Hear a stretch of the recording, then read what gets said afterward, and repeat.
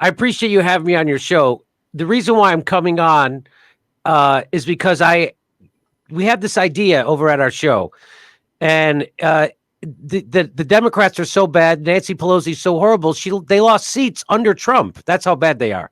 They lost seats. I think they got a big tent. I think they got a lot of great ideas. I think this is the most progressive cabinet we've ever seen, full of warmongers and Wall Street people and everybody else. Did you see they just put Becerra? Was his name Becerra in the? He's the Attorney General, I think, from California. He says he's for Medicare for all. And I'm sure a precondition for him getting the job he got in Biden's cabinet was that I will never fucking bring up Medicare for all ever. He's not even allowed to say it. You're not allowed to write it. You're not allowed to think it. Yes. Folks, you're watching The Political Vigilante. My name is Graham Elwood. Please hit the like button and all that. We're here with Jimmy Dore from the Jimmy Dore Show, my good friend. And you've had this amazing idea on how to actually pressure. I watched you do the episode like a week or so ago, and I thought that's a really. And there's been some odd or unforeseen alliances that have happened. So I would say, to say the least, yes. So the idea is that people are always upset that the Democrats and the progressives don't have any power. Well, they don't have any power, and they don't know how to gain power, but they do have leverage. So they have leverage right now. What kind of leverage, Jimmy? Well, Nancy Pelosi has to be elected as the speaker. And so the Democrats' majority slid down to, somewhere around 12 votes now. I thought it was 15. It might be even less than that. So it's somewhere around 12 votes, even less maybe. And so all we need is a handful of progressives to tell Nancy Pelosi, we're withholding our vote from you unless you promise in writing and on video to bring Medicare for all up for a vote. And if you don't get our votes, you're going to lose the speakership to Kevin McCarthy. And we're willing to play that kind of hardball because that's the only leverage we have. You've already dismissed everything we've ever asked for. The whole country wants this. And 9 out of 10 Democrats want this. And shame on you, Nancy Pelosi, for not bringing it up for a vote because of your corruption. And so they could do that. And so they say, hey, we're willing to, if you're going to deny us Medicare for all, we might as well just have Kevin McCarthy deny Medicare for all. We're willing to withhold our vote. But if you promise to bring Medicare for all up for a vote, we will vote for you and you will retain your speakership. It's up to you, Nancy Pelosi. Now, I've run this past a bunch of people. This is a thing that we could do. This is it. Do you want something that we could do? This is what we could do. So I want you to pressure.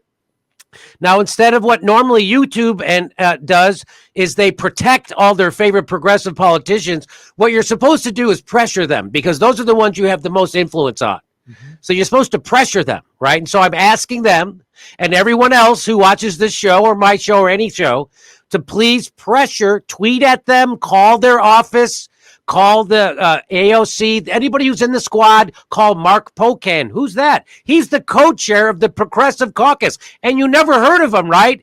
That's right, because he's not really fighting for you ever at all. This idea was presented to him, and he came up with some ridiculous, nonsensical reasons why they can't do this. And so pressure them. This is leverage. Progressives have right now. The progressives can literally deny Nancy Pelosi the speakership. The only reason they don't do that is if they're more concerned about their career than they are about fighting for your Medicare for all. I've had many people say, well, Jimmy, are you asking them to commit career suicide just for Medicare for all? First of all, the people who hire and fire Congress people like AOC are the voters, not Nancy Pelosi. So I don't know what they're talking about committing career suicide. Career suicide is running on Medicare for all and then not fighting for it when you have a chance. Making sure you're going to get reelected is showing people that you're fighting to get them the thing everybody wants, but we're being denied because of corporate corruption. So this idea that somehow to stand up for Medicare for all is a career killer is backwards thinking, and I'll tell you where it comes from. It comes from the Center for American Progress, right out of Narrowtandon's think tank, and then they get progressive news hosts to fucking repeat it like it's an idea. So this is my big idea, And I'm asking everyone to join me. I'm asking you to tweet at them, retweet this video or the video I did on my channel. I want you to call their office, whoever is your favorite progressive politician. Is it whether it's Ro Khanna, whether it's Rashid Tlaib, whether it's Ilhan Omar, whether it's Ayanna Pressley, whether it's Cori Bush or Jamal Bowman, the first vote they cast is going to be the most important vote, and it's for speaker. And they can show right now, are they posers? Do they dangle Medicare for all in front of their voters to get elected and then totally not fight for it because their boss told them not to do it? Or do they fight for the people because they know their real boss are the voters? Yeah, it's the most important thing. And it's amazing to me how progressives or whatever they want to call themselves just buckle at the first, like, well, we don't want to make wave. Don't pressure Joe Biden. Wait till after the election. Okay, it's after the election. Well, don't get mad about his cabinet picks. Wait till he gets sworn in. And then after it's sworn in, well, wait till the midterms. And then we'll wait till they always have some excuse. And the thing, it doesn't happen overnight. And you know what I tell people? Well, what is your timeline then for Joe Biden to give us the same thing that England has had for 80 years? What is your timeline for Joe Biden to defund the military industrial complex and reinvent that? What is your timeline for Joe Biden to give people health care in the middle of a fucking deadly pandemic? What is your timeline for Joe Biden? What is your timeline for these things? They just keep saying it doesn't happen overnight. Well, what is your timeline? Because my timeline is now, because in 2 years, the Democrats are going to be wiped out in the House. Wiped out in the House under Joe Biden and Kamala Harris. Wiped out. They are wrecking people's lives right now, closing businesses. We're going into a depression. This is not a recession. We're going into a depression. 60% of the businesses that were closed under COVID are closed permanently. Yeah. We're going into a depression, and Joe Biden is talking about, I don't want to give people handouts. So this is something that progressives can do right now. They can't get you shit because they already buckled on the CARES Act, and right now they got the leverage to do something. And if they don't do this, what I've been saying for the last 5 years, that voting for progressives inside the Democratic Party is a waste of time and a fool's errand, is true. But I would rather them prove me wrong. I would rather the squad prove me wrong. Cori Bush, Jamal Bowman, prove me wrong. Stand up for the people. Demand Nancy Pelosi bring Medicare for all up for a vote, or she's not getting your vote for speaker. That's how politics works. This is politics 101. Not only is this a great, do I know this is a good idea? Cenk Uygur just tweeted about it. Cenk fucking Uygur just tweeted out this is a good idea. Also, Marianne Williamson just tweeted it out. My biggest detractors are on board for this. This is a great idea. I don't care who gets credit. I would love to see Medicare for all get a vote, and I would love to see the progressives actually flex their leverage one time. This would be it. This would be the only time, because this is the only time they have leverage. This is it right now. Yeah, and it's the thing that, we've talked about this. I mean, 4 years ago, I remember coming on your show and talking about it on my show about, everyone was like, take a page out of the Tea Party's handbook. The Tea Party threatened to walk. The Tea Party, they said, we're leaving. We're walking. We're taking our votes away from we're going to start our Tea Party and be away from the Republican Party. And the Republicans went, okay. Like, that's what you have to do. And this notion, wow, the people want centrism. Really? Is that why 26 out of 30 DSA endorsed candidates won? Is that why there's $15 an hour minimum wage in Florida and marijuana in Mississippi? Is that why? Because these ideas are so wacky. America doesn't want them. Great. That Fox News exit poll that you talked about, they framed it in medical lobby group speak of government-run healthcare. Even under that framework, it was 72% want government-run healthcare, which is not what Medicare for all is. Even this question was a lie and bullshit. And they still voted for it. Graham, what I like to tell people is that Medicare for all is not some fringe radical left idea. What is radical is denying people Medicare for all. That's the radical idea. That's a crazy right-wing idea. They don't do that anywhere. Right-wing governments Like, the most right-wing guy in England is for Medicare for all. Right. You're never going to get somebody who's against Medicare for all in England, okay? Or France or Germany. You're never that the most right-wing nut is not going to say I'm against Medicare for all. Only in this country is that seen as a centrist position, and somehow the person who wants what everybody else in the world has is radical. What's radical is denying you Medicare for all. What's radical is running on Medicare for all, getting elected, and then not challenging your own leadership to get it voted on. That's radical. Radical is going along with Nancy Pelosi to make sure people don't have fucking health care in the middle of a goddamn pandemic. And now it's time to pressure AOC to do something for you besides tweet. She tweeted out just this week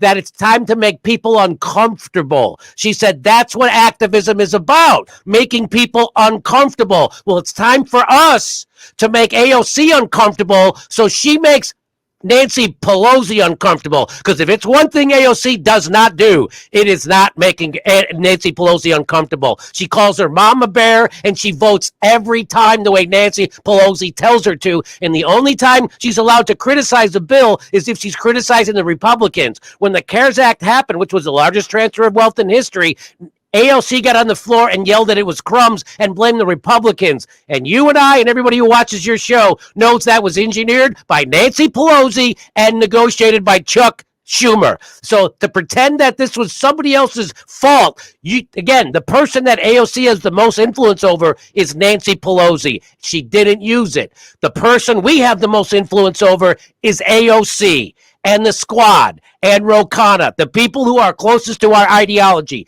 Now we got to bang on them. We got to rake them over the coals if they don't fucking do this. And they're going to find a bullshit way to try to weasel out of this. And don't let them. Don't let them bullshit you, because they're going to. They're going to say it's too risky. It's too risky, Jimmy. Fuck, you know what's too risky? Living without Medicare for all during a fucking deadly pandemic. That's what's risky.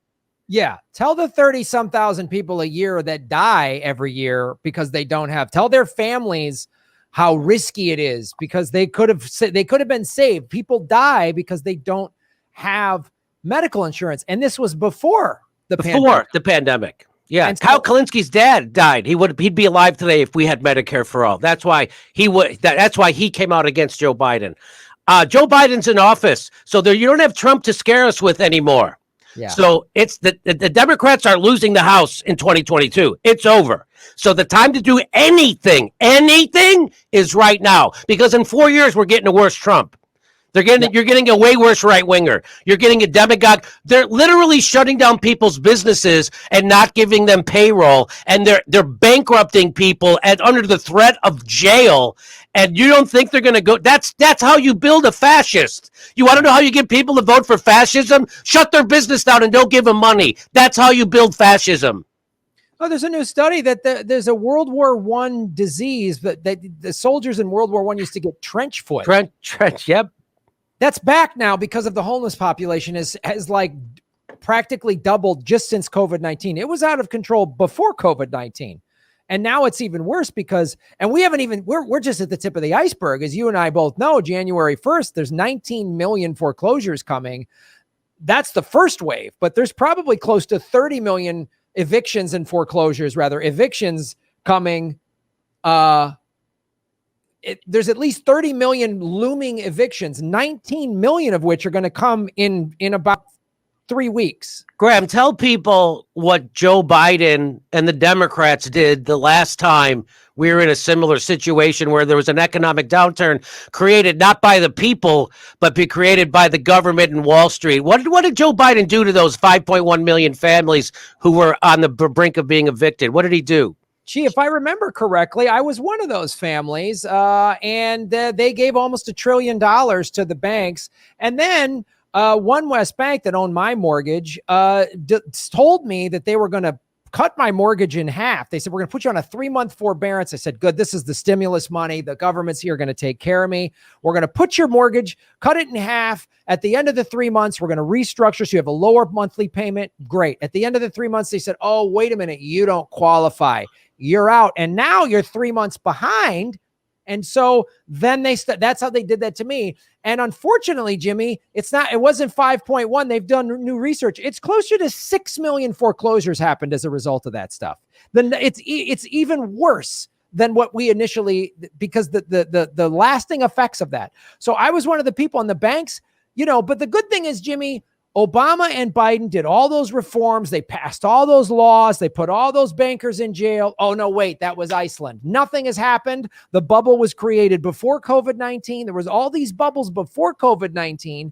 And now it's even worse because of, as you mentioned, the CARES Act. So you're absolutely right. The time is now. And if you don't threaten, the giving people your vote no matter what is would you do that in a relationship? I always tell people, I go, if you're in a relationship with someone that's really awful to you, a boyfriend, girlfriend, spouse, whatever, husband, wife, and they treat you like crap, and you say, I'm going to leave, and they say, well, you got nowhere else to go, and you go, yeah, you're right. Is that how that relationship changes? I'm with you. Lawrence O'Donnell was the guy, the biggest tool on it. One of the bigger tools on MSNBC. He admitted he committed a gaffe. And what is a gaffe, Graham? That's when you tell the truth accidentally. He did that in Washington, D.C. He told the truth accidentally, which is a gaffe. And what was the truth Lawrence O'Donnell told? He said that for decades I worked inside the Democratic Party and we don't listen to the people on our left because we don't have to, because they don't have anywhere to go. And the only way you have any leverage over the Democrats is you have to prove that you are willing to not vote for them. I've been doing that for the last 5 years, and everyone has tried to smear me as some kind of a maniac when I'm just doing what Lawrence O'Donnell told people to do 10 fucking years ago. That's where that video is from. That's how long ago it was from. And they're still trying to pretend that doing that is crazy or you're a maniac or somehow you're fracturing the left. Are you fucking kidding me? There is no left in America. Nancy Pelosi is further right than Newt Gingrich. Are you shitting me? They won't even give people health care in the middle of a deadly pandemic, nor will they give them rent relief, nor will they give them a payment, or they're going to shut your business down, Graham, and they're not going to pay your employees. That's how you create a real revolution. That's how you get physical violence in the streets. That's how you get social unrest, and that's how you get a real fascist. That's why you get that's what this is how you do it, and they're doing it. And everybody is still, somehow Jimmy's anger is the problem. Somehow I'm too upset at the largest upward transfer of wealth in history because they don't know what the fuck was in the CARES Act. And they don't know how hard AOC and the Democrats and Bernie Sanders sold them out. Well, now people are just starting to realize. They're just starting to. And now Bernie Sanders says he's going to vote against the latest stimulus. Oh, you're about $1 trillion fucking late. And why are you going to vote against this one now, but you wouldn't vote against the last one? It's because I called his ass out on it, and now people are aware of how fucked up these bailouts are, and now Bernie Sanders has to head fake that he's going to do something for you. He is never going to fucking do something for you unless he is allowed to. He's a good boy. Bernie is a good boy. Yeah, this notion that, like, I always tell people, I go, you should be more critical of the politicians you voted for and supported. This notion that, like, well, I got to go easy on my guy, or I voted on this or whatever. It's like, no, you're not my friend. You need to get this done. And when you promise to do these things and you don't do them, it's insane. And that whole, like, oh, you're so angry. It's like, well, what does get the neoliberal angry? Clearly 85,000 dead kids in Yemen doesn't get them angry. How about if they close your business out and then you don't have any money or health care? Would that get you angry? What is it that's going to get someone angry? Trump being elected, that didn't make you angry? The Democrats' failure and letting a con man take over, that didn't make you angry? Nancy Pelosi losing to Trump and then saying, I don't think the American people want to change, that didn't make you angry? Bernie Sanders selling his movement out for absolutely fucking nothing, that didn't make you angry? Barack Obama coming out of retirement to squash the candidate representing the workers, that didn't make you angry? Bernie Sanders running around for a year telling everybody Joe Biden can beat Donald Trump and he's a fucking great guy and he's not corrupt, that didn't make you angry? Bernie Sanders handed this election to the fucking machine and he did it on purpose. He's a sheepdog, and you're a fucking sucker if you still don't see that. If you still think I'm the fucking problem, you're a dupe. No, it's that we are in like an alcoholic. It's a nation of alcoholics and adult children of alcoholics. And when you say you're in an alcoholic family, and you say, hey, the mom or the dad is the crazy alcoholic, then your siblings don't go, you're right. We need to change them. They get mad at you. Don't cause problems. Don't call that out. Yes. He just needs a drink, or she works hard. She should be able to have a cocktail while she babysits or whatever. No, these are all horrible things. America is a death cult. Like you got to leave this country and talk to people in other countries to realize how insane this. They're like, you guys have all these guns? Why? And we're a new young country. We don't get it. We're like, other countries that have been around for 500,000 years are like, oh, you've only had the one civil war? Well, we had a monarchy. We had a civil war. We had this, we had that. We've gone through all this stuff. We used to have a bunch of guns, and then everybody was killing each other. So we got rid of them. Like we've gone, and this country's, we're like a teenager, like a 17-year-old that's like, no, I'm right. Well, you haven't experienced the world yet. I know what I'm doing. I can use TikTok. You don't know what the fuck you're talking about. And then we are a bunch of adult children of alcoholics, because we don't get mad at the guy who's fucking us. We get mad at the guy who tells you someone's fucking us. Yeah. Look how they got mad at Michael Moore when he showed the Flint water thing in Barack Obama. They do it to anybody who tells the truth. They used to do it to Cenk Uygur all the time, right? But now he's more in line with the Democratic Party, so he catches a lot less heat, except when he ran for the Congress. Holy shit, did they come after him for that? That was fucking amazing.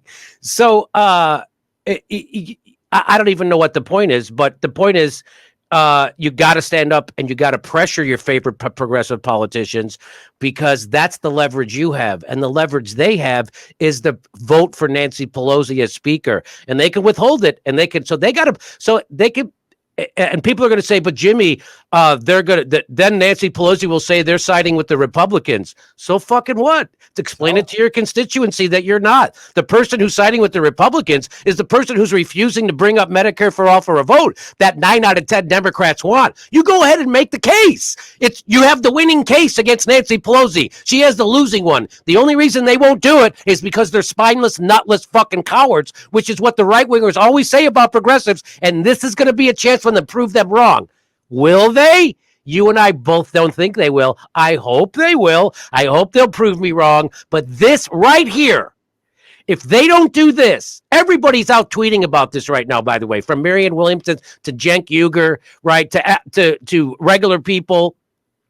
Ryan Knight, everybody is on board with this. Katie Halper's doing a segment on it. The Useful Idiots are going to talk about it. I'm going on the Hill on Thursday with Crystal and Sagar to talk about this. Everybody's talking about this, and everybody's on board for this. And Mark Pocan was on with Tom Hartman last week, and somebody asked him about it on a phone call, and he pretended like this is the craziest idea. It could never work, except everybody right now in the media knows it can work, and Mark Pocan has been outed as a fucking gutless bullshitter. Who's Mark Pocan? He's the co-chair of the Progressive Caucus. Why haven't you ever heard his name before? Isn't that interesting? A guy who's the co-chair of the Progressive Caucus, and you never fucking heard of this guy? You know why? Because that guy doesn't fight for shit. That guy's another sheepdog. He runs on Medicare for all, and when the chance comes to get it, he fucking tucks his tail and pretends like I don't know how to do anything.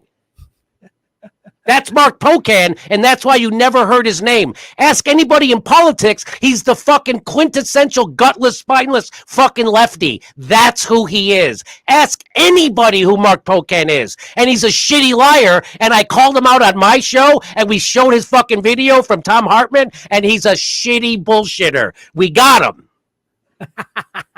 So, Jimmy, what can people do? Go back, does it just to give everybody what actions can they take right now? So they can go. So social media is very powerful.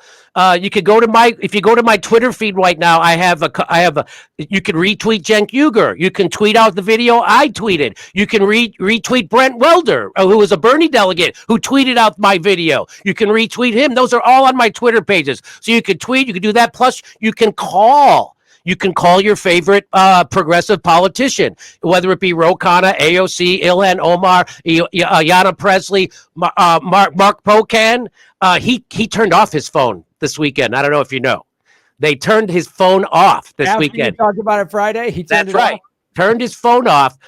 So this works. So this idea that Mark Pocan doesn't know that this is coming, he knows. And right now they're shitting their pants trying to find a way to not do this. That's what they're doing. They're trying to find a way to not do this and have a fucking excuse that somebody will buy. Don't let them do it. Don't let them make the bullshit excuse. This is real. So call their office, tweet about it, post it on Facebook. This is real. And don't let anybody tell you this is a bad idea, because everybody, even my detractors, say it's a good idea. Yeah, and this is the direct action everyone's talking about. This is the thing. Everyone's looking for, like, what do I do? Everybody feels so hopeless, and it's like, all right, we beat Trump, but as Ice Cube said, now what? Now what? Trump's gone on day one. Now what? He's gone. So now what? So now we still don't get fucking anything. We still don't get a UBI. We still don't get rent relief. We still don't get mortgage relief. We still don't get fucking health care like the rest of the world. This is not normal. Yeah, it's not. And this is a chance. Like, all that stuff we heard, they said to people like you and I during the primary even, and the general for sure, of like, wait till he gets elected, then we'll pull Biden and the Democrats to the left. Okay, it happened. It's done. He lost. The Georgia people, the Georgia Republicans are like, Trump's gone. It's over. All Trump has is whatever his lawsuit and Giuliani's hair melting or whatever the fuck. They got nothing left. They're done. Biden's in. Biden's your guy. The boogeyman's gone. Now's the time. Like, there's no more excuses. You can't say because we know in 2 years, Graham, the Democrats are wiped out in the House. So it's now or never. It's now or never. Yep. And when is that time? When is the pressure? When do you do it? I mean, when is it? In the middle of an economic collapse from a pandemic? Is that not a crisis enough? Like, not enough. When is it? The floods, the Ark, Noah's Ark 2 shows. Like, when is it? Alien invasion? When is it? Do they have to have locusts inside the House of Representatives in order to make them vote for Medicare for all? Is DC underwater from climate collapse? Is that when we'll do it? Or we'll be like, just get a boat and easy on the purity tests? Like, what's it going to happen? Well, this is awesome, Jimmy. I'm glad you're talking about it. I'm glad you came on the show. Well, thanks for having me on it. Thanks for letting me push my idea out there. And anybody who wants to help push it, please do. And I don't even need to take ownership of this. I just would like to see this happen. Yeah, it's again, like, you and I are very cynical that this could happen. But as I tell people, like, I don't want to be right. I would love to be proven wrong that, I just want everyone to have Medicare. Like, I'm like, the economy is going to collapse. America, I think, is going to collapse, but I don't want to be right. I would rather go back to the way things were, where we were living in LA doing shows and it was nice and fun. So yeah, I agree. Like, I just want this to happen. And this is something we can all get apart. And the ruling class, to be real clear, is very good at skilled at keeping people divided, specifically the left. So with the fact that all of us on the left can get together, this is important, and it actually will. And if we can get this done, it shows the power that we have. Like, it shows that what you have leverage. Mm-hmm. So and the difference is, are you going to use it or not? That it's up. So it's real easy to be a Twitter warrior, but it's a little bit harder to legislate. And this is your chance.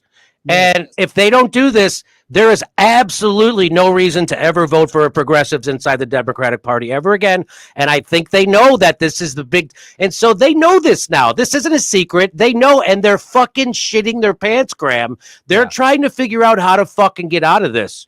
And you watch, there's no way to get out. They're just going to say it's too risky, or it's this, or it's that, or we're going to do it at a later date. Right. At a later date, we're going to do this. They're going to do watch. They're going to find, and then that's why, and then we're going to invite them all to come join us in a People's Party. Yeah. Yes. That's the real thing that needs to happen. But this, we'll see, man. Like, the just people uniting to push this, that is impressive to me. So all the more reason for more people to get involved. I said, even my detractors, even people with MSNBC contracts are on board for this. So that's fantastic. I couldn't be happier. And that's how I by the way, I offer this in that spirit. I said in the video, I said to all the people who've in bad faith attacked me, I forgive you. And for all the people who I've come after, forgive me. Let's join together on this and let's get Medicare for all done. This is a great idea. Let's just do it. Yeah. Yes. Yes. Well, that's awesome, Jimmy. Well, thanks for coming on the show and doing this. I really appreciate it. And all right, Graham, for watching. All right, brother. Save your knuckles for justice. Yeah. I'll see you later, dude. Hey, what's with that Chiron? What Chiron? On mine. Toxic left. I don't know who put that there. I don't know. It probably just pops up whenever you're on YouTube. Putin. Oh, isn't it weird? I thought Russia was literally, they were on pace to hack the election again. How did they not do it? And then they just couldn't do it this time. They hacked the lower ballots. They hacked for House and for Senate. They just didn't hack for president this time.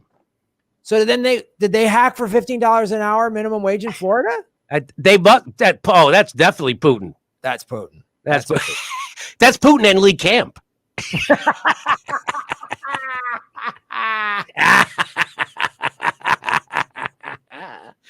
Did you see that? Okay. I have to talk. All right, Graham. Thank you again. And thanks to your audience for listening. I'll talk to you later. All right, buddy. We'll see you soon. Bye-bye. Bye. Thanks for watching, everybody. Please hit the like button, the subscribe button. Go to patreon.com/Graham Elwood and rockfin.com/Graham Elwood, where you can support the show. Also, I have a Bitcoin wallet, a Bitcoin Cash wallet, and an Ethereum wallet in the show notes. We're taking cryptocurrency. I have a Coinbase affiliation link. We're going to be getting on some other exchanges. So that's how you support the show. Make sure you hit the subscribe button. YouTube is unsubscribing us at an alarming rate. I have a PayPal button at GrahamElwood.com. I even have a Venmo at Graham-Elwood. There's a lot of ways to support our show. We are getting crushed by YouTube. We've dipped under 73,000 subscribers because of YouTube. Thanks for supporting what we do.